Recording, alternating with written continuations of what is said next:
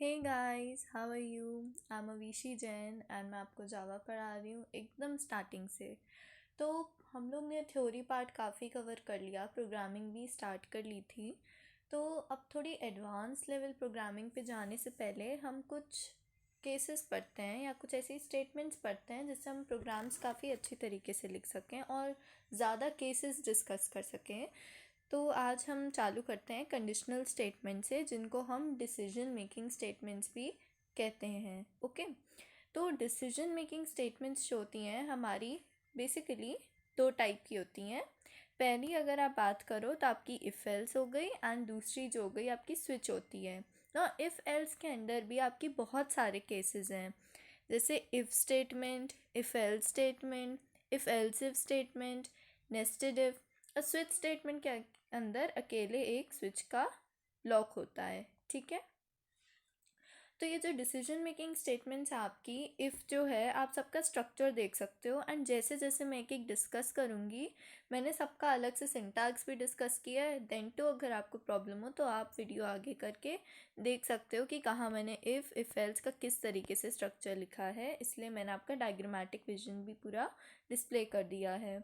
Now पहली statement जो है आपकी इफ़ स्टेटमेंट। स्टेटमेंट्स मैंने क्या बताई थी, जिस तरीके से आप अपने ऑपरेटर्स को एक एक्सप्रेस करते हो एक एक्सप्रेशन के फॉर्म में, उसको हम एक स्टेटमेंट कहते हैं। तो इफ़ स्टेटमेंट का मतलब आप ये जो कीवर्ड इफ़ है इसको यूज़ करते हो। If the condition within the bracket of if is true, then the statement inside these brackets gets executed. अब आप कलर पे भी ध्यान देना, मैंने इफ़ को ब्लू कलर से लिखा है। दैट मीन्स जो आपका इफ़ स्टेटमेंट होती है उसके अंदर जो भी कंडीशन हमने लिखी है, अगर वो कंडीशन आपकी ट्रू हुई, आपकी कंडीशन अगर ट्रू हुई, तो ये वाले जो आपके ब्रैकेट्स हैं, ये वाले जो ब्रेसेस हैं, इनके अंदर जो भी लिखा है, जो भी स्टेटमेंट्स हैं, जैसे ये स्टेटमेंट्स लिखी हैं, the statements gets executed only if the condition is true.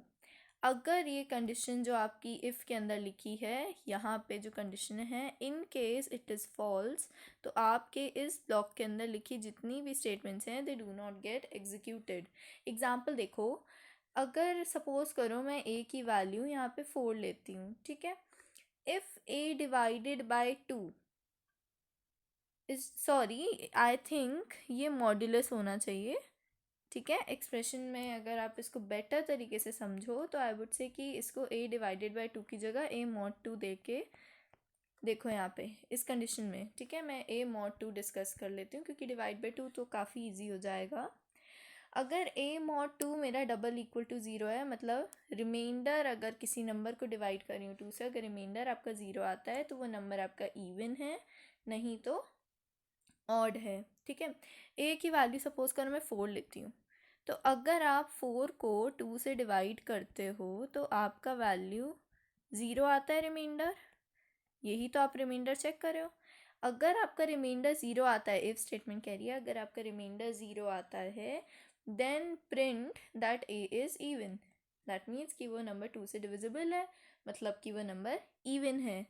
अगर ये आपका फॉल्स आता है, जैसे सपोज करो 4 की जगह मैं 5 ले लूँ, तो अगर मैं इसको वापस लेके देखते हैं, अगर मैं 5 को डिवाइड करती हूँ 2 से, तो ये आपका क्या आ जाएगा, 2 2 ज़ा 4 एंड रिमाइंडर आपका आ गया 1। तो क्या 1 इक्वल टू ज़ीरो है? नहीं, दैट मीन्स इस टाइम आपकी कंडीशन फॉल्स हो जाएगी, तो इन ब्रैकेट्स के अंदर वो नहीं आएगा। आपका जो एग्जीक्यूशन है, आपका एग्जीक्यूशन सीधे यहाँ आ जाएगा, विच इज़ इस ब्रेसेस के बाद। आपकी इफ़ स्टेटमेंट एग्जीक्यूट नहीं होगी अगर कंडीशन आपकी फॉल्स हुई। आई गेस आपको इफ़ स्टेटमेंट समझ में आ गई होगी। नेक्स्ट स्टेटमेंट आती है आपकी इफ़ एल्स स्टेटमेंट। मैं पहले सारी स्टेटमेंट्स आपको एक्सप्लेन कर रही हूँ एंड प्रोग्रामिंग के टाइम पे आपको समझ में आ जाएगा कि कैसे यूज़ करते हैं। ठीक है, if else statement is a conditional statement if the condition is true in the true statement. अगर ये जो कंडीशन हमने इफ़ ब्लॉक के अंदर लिखी है, अगर ये कंडीशन ट्रू हुई, तब तो आपकी स्टेटमेंट 1 एग्जीक्यूट हो जाएगी, नहीं तो वो सीधे आपका एल्स ब्लॉक पे आ जाएगा एंड एल्स ब्लॉक में जो स्टेटमेंट लिखी है वो एग्जीक्यूट हो जाएगी। एग्जाम्पल में जैसे हम कहते हैं कि अगर तुम लोग के मार्क्स सपोज करो 60 प्लस आ गए तो तुम पास हो। If your marks are more than 60 then you are pass else अगर तुम्हारे कितने भी कम आ जाए, अगर 60 से तुम्हारे कम आए तो मतलब तुम फेल हो। तो इफ़ एल्स का यही है, सिंपल हम अपना समझ सकते हैं कि अगर इफ़ के अंदर जो कंडीशन है वो ट्रू है तो आपकी स्टेटमेंट 1 एग्जीक्यूट होगी, अगर वो फॉल्स है तो सीधे आपकी एल्स स्टेटमेंट पे आ जाएगा। एग्जाम्पल देखते हैं। If a is more than zero, system dot out dot println a is positive. अगर मेरी इफ़ के अंदर की condition a more than zero है, सपोज करो मैं ए को वैल्यू देती हूँ 1, तो क्या 1 मोर दैन ज़ीरो है? ट्रू, सॉरी ट्रू होगा कंडीशन, ठीक है। तो system dot out dot print आपका क्या प्रूव क्या कहते हैं प्रिंट कर देगा, that is a is positive. But अगर नहीं करते, हम ए की जगह सपोज करो -1 ले लेते हैं, तो क्या -1 मोर दैन ज़ीरो है? नो, दैट मीन्स आपका इफ़ ब्लॉक को छोड़ देगा, वो सीधे आपका एल्स पे आ जाएगा एग्जीक्यूशन के लिए। एल्स में आपकी दुनिया की कोई भी चीज़ हो, भली वो ज़ीरो आप लेते हो, तो क्या ज़ीरो मोर देन ज़ीरो है? नहीं, तो आप इफ़ ब्लॉक के अंदर नहीं आओगे, आप सीधे कहाँ आ जाओगे चल के, एल्स ब्लॉक में, ठीक है। तो अगर इफ़ ब्लॉक की स्टेटमेंट ट्रू हुई ये कंडीशन, तो आप किस में आओगे, इफ़ वाले की स्टेटमेंट में। अगर ये कंडीशन आपकी फॉल्स होती है तो आप सीधे एल्स वाले ब्लॉक की स्टेटमेंट को एग्जीक्यूट कर दोगे। सिंपल है, आपको समझ में आ गया होगा। नेक्स्ट आपका इफ़ एल्स इफ़ लैडर है। Now what does it mean? If और एल्स इफ़, अब एल्स इफ़ क्या हो गया भैया, हमने इफ़ पढ़ लिया, हमने एल्स पढ़ लिया, अब एल्स इफ़ क्या है, मतलब दोनों को हम यूज़ कर रहे हैं, या आप यहाँ पे दोनों वर्ड्स को यूज़ कर रहे हो, क्योंकि जब आपके पास 3 कंडीशन हो, आपको 3 कंडीशन से डील करना है, उसके लिए आपका इफ़ और एल्स अकेले तो कर नहीं सकता, ठीक है। तो an if else is placed after the else part. If the condition is true, the statement 1 is executed, and if it is false, the subsequent conditions are checked. And if none of the conditions are true, the last statement is executed. तो आपको ये समझ में नहीं आएगा, मैं example के through समझाती हूँ। इफ़ एल्स इफ जो होता है उसका मतलब ये होता है कि इफ़ के अंदर स्टेटमेंट जैसे मैंने क्या लिखी है, ए मोर दैन ज़ीरो। अगर आपका नंबर मोर दैन ज़ीरो हुआ तो वो आपका क्या प्रिंट कर देगा, पॉजिटिव। एल्स इफ का मतलब एक तरीके से इफ़ ही होता है, बट इफ़ का दूसरा केस होता है। जैसे कि अगर ए मोर दैन ज़ीरो नहीं है तो हमारे पास 2 केसेस बचे, या तो ए लेस दैन ज़ीरो होगा और या तो ए ज़ीरो के बराबर होगा। कोई भी नंबर या तो ज़ीरो के बराबर होगा, ज़ीरो से ज़्यादा होगा, या ज़ीरो से कम होगा। एक स्केल पे ये ज़ीरो है, यहाँ वाले नंबर पॉजिटिव होंगे, यहाँ वाले नंबर नेगेटिव होंगे, तो 3 ही केसेस हुए ना। तो अगर ए मोर दैन ज़ीरो नहीं है तो आप आ जाते हो अपने सेकेंड केस पे, विच इज़ एल्स इफ। वो पूछ रहा है क्या ए लेस दैन ज़ीरो है, अगर वो लेस दैन ज़ीरो हुआ आप उसको नेगेटिव प्रिंट कर दोगे। और फिर अगर वो दोनों ही नहीं है, ना ही ए मोर दैन ज़ीरो है ना ही ए लेस दैन ज़ीरो है, तो सीधे आपका एल्स पार्ट में आ जाएगा। एल्स बच्चा क्या, ना पॉजिटिव है ना नेगेटिव है, दैट मीन्स फाइनली वो ज़ीरो है। एग्जाम्पल से एक लेते हैं। सपोज करो मैं अपने ए को वैल्यू दे देती हूँ 1, तो क्या if a is more than zero, क्या 1 मोर दैन ज़ीरो है? यस, तो आपका सिंपल आउटपुट क्या आ जाएगा, पॉजिटिव। अब चलो मैं ए को ले लेती हूँ -1, क्या ए मोर दैन ज़ीरो है? नहीं है, तो आपका सीधा आ जाएगा इफ एल्स पे। क्या ए लेस दैन ज़ीरो है? यस, दैट मीन्स आपका ये नेगेटिव प्रिंट कर देगा। चलो ठीक है, मैं एक तीसरा केस लेती हूँ जहाँ पे मैं ए की वैल्यू देती हूँ 0। क्या ए मोर दैन ज़ीरो है? No, zero is not more than zero, तो आपका ये स्टेटमेंट नहीं एग्जीक्यूट हुआ। अब क्या ए लेस दैन ज़ीरो है? क्या ज़ीरो लेस दैन ज़ीरो होता है? नो, दैट मीन्स आपका इफ़ एल्स भी ज़ीरो हो गया। फाइनली वो आएगा एल्स पे। एल्स मतलब अगर ऊपर की दोनों कंडीशन आपकी फॉल्स हो गई तो आपका सीधे एल्स एग्जीक्यूट कर देगा। तो एल्स में आएगा क्या ज़ीरो ज़ीरो के बराबर है, ऑफकोर्स ना ए मोर दैन ज़ीरो है ना लेस दैन ज़ीरो है, तो फाइनली आपका ए ज़ीरो है and it gets printed up. I guess आपको ये सेल्फ भी समझ में आ गया होगा। Next let's move on to the nested if. Nested word का मतलब होता है एक ब्रांच। जैसे एक जो चिड़िया का नेस्ट होता है उसका मतलब क्या होता है, पेड़ों की ब्रांचेस को मिला मिला के वो ऐसे ऐसे करके आपका ऐसे ऐसे करके नेस्ट बनाती है ना, ब्रांचेस को मिला मिला के। तो इसी तरीके से जो नेस्टेड इफ़ होता है, इसका मतलब आपकी जो इफ़ स्टेटमेंट है उसकी ब्रांच बनाती है, उसको एक दूसरे से जोड़ती है। And if inside another if is called nested if. Nesting can be done both in the if and else, part if inside if, मतलब अगर एक इफ़ मैंने स्टेटमेंट लिखी, उसके बाद मैंने एक और इफ़ स्टेटमेंट लिख दी। अच्छा, हर स्टेटमेंट के बाद आपको ब्रैकेट्स लगाने पड़ते हैं कि इस स्टेटमेंट के अंदर ये ब्लॉक ऑफ कोड है। बट अगर आप सिंगल स्टेटमेंट लिख रहे हो, जैसे इफ़ के अंदर मैं एक simple system dot out dot println लिख रही हूँ, तो उसमें मुझे ब्रैकेट ना भी लगाऊँ तो चलेगा।